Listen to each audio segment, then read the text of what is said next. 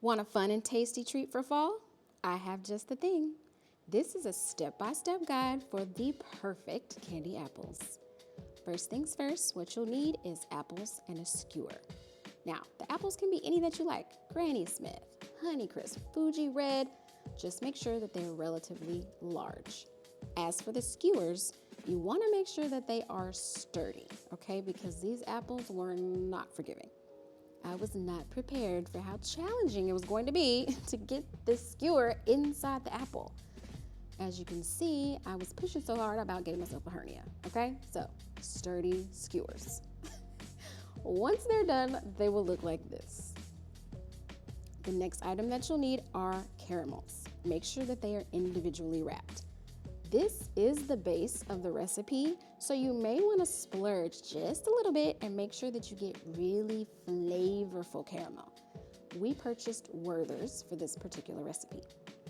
Then you'll want to remove all of the wrapping and place them in the bowl. Now, I found one that did not have wrapping on it, and all of my germaphobe radar went off. And my mama said, girl, these cost way too much for you to be wasting. Kiss it up to God and throw it in the bowl, okay? So that's what I did.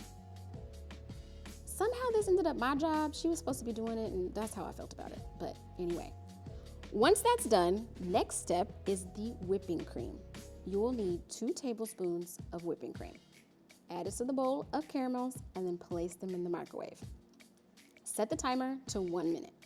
Now, do not let this caramel run for a full minute.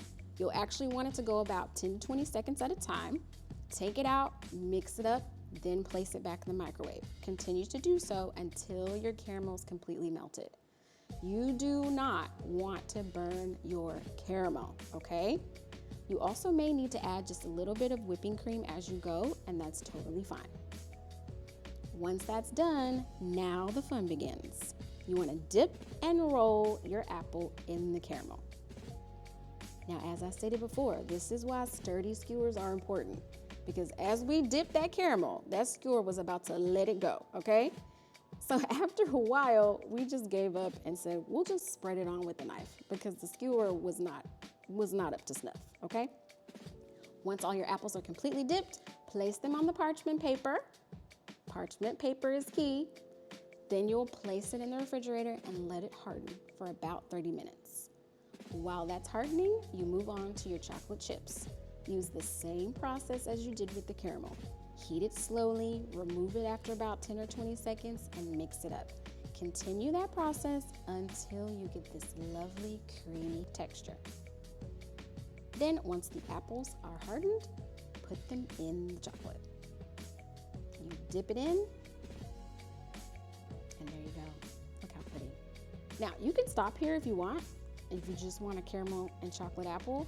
But we decided to zhuzh it up a little bit and we added some walnuts. Spread it across and roll it right over, and look at that. I know we were so excited. So then you just repeat the process.